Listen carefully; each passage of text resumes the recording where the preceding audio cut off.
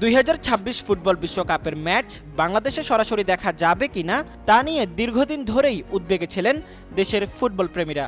তবে টুর্নামেন্ট শুরুর মাত্র এক সপ্তাহ আগে দেশের ফুটবল প্রেমীদের জন্য আসছে বড় সুখবর। দেশের 3টি টেলিভিশন চ্যানেলে বিশ্বকাপের সব ম্যাচ সরাসরি সম্প্রচার করবে বেসরকারি সংবাদ ভিত্তিক চ্যানেল সময় টেলিভিশন। পাশাপাশি রাষ্ট্রীয় সম্প্রচার মাধ্যম বিটিভি ও ক্রীড়া ভিত্তিক চ্যানেল টি স্পোর্টস, 3টি প্রতিষ্ঠান যৌথভাবে একটি কনসোর্টিয়াম গঠন করে ফিফার কাছ থেকে সম্প্রচার সত্ত্ব সংগ্রহ করেছে। জানা গেছে, বিশ্বকাপ সম্প্রচারে বিটিভির নিজস্ব কোনো অর্থ ব্যয় হচ্ছে না। পুরো ব্যয় বহন করছে সংশ্লিষ্ট স্যাটেলাইট টেলিভিশন চ্যানেল ও টেলিকম অপারেটরগুলো, যারা যৌথভাবে এই উদ্যোগ বাস্তবায়ন করছে।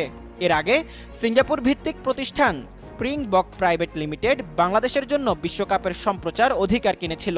তবে দেশীয় বাজারে সেই শর্ত বিক্রি করতে না পারায় প্রতিষ্ঠানটি শেষ পর্যন্ত চুক্তি থেকে সরে যায়। এর ফলে বিশ্বকাপ শুরু হওয়ার 2 সপ্তাহেরও কম সময়ে বাংলাদেশে কোনো সম্প্রচারকারী প্রতিষ্ঠান নিশ্চিত ছিল না। এমন পরিস্থিতিতে জটিলতা দূর করতে গুরুত্বপূর্ণ ভূমিকা রাখেন তথ্য ও সম্প্রচার প্রতিমন্ত্রী ইয়ায়েস খান চৌধুরী এবং বাংলাদেশ ফুটবল ফেডারেশনের সভাপতি তাবিদ আউয়াল।